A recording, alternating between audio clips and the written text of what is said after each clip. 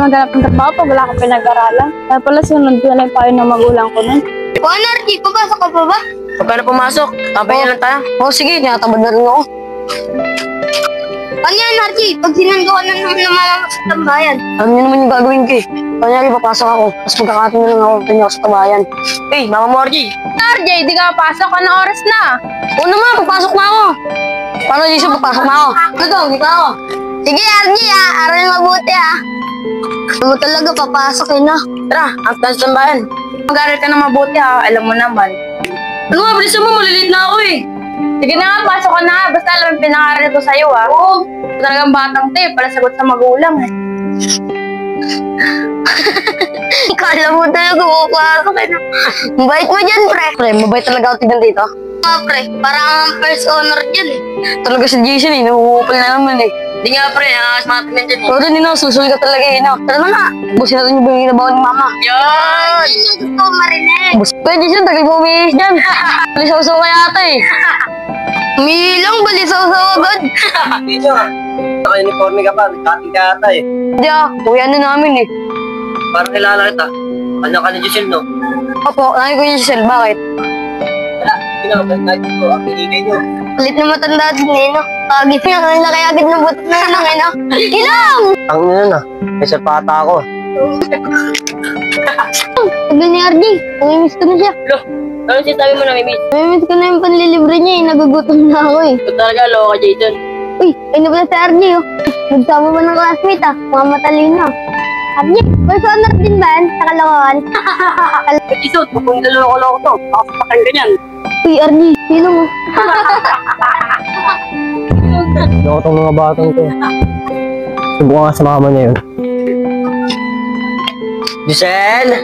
Giselle! Uy, ano yung Sander? Ako ba yung pakinti na buhok tapos singkit na mata? Si RJ? Oo, bakit?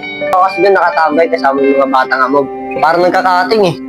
Masawait ng bata na to. Kala ko nag-aaral. Nagkakating lang pala. Pwede ba akong samahan? Tara, sama kita. Yun yun. Tara. Ayun Giselle, di ba anak mo yan? RJ, di ka pumasok? Wala may pasok, kahit tanong mo pa kayo, Owen eh. Opo, po. Sigurado ka ba na wala kayong pasok? Opo. Hey! La, Ardy, yari kayo kay ma'am. May test pa naman, di kayo pumasok. Talagang bata ka. Napakasinungaling mo. Umuwi ka nga dun.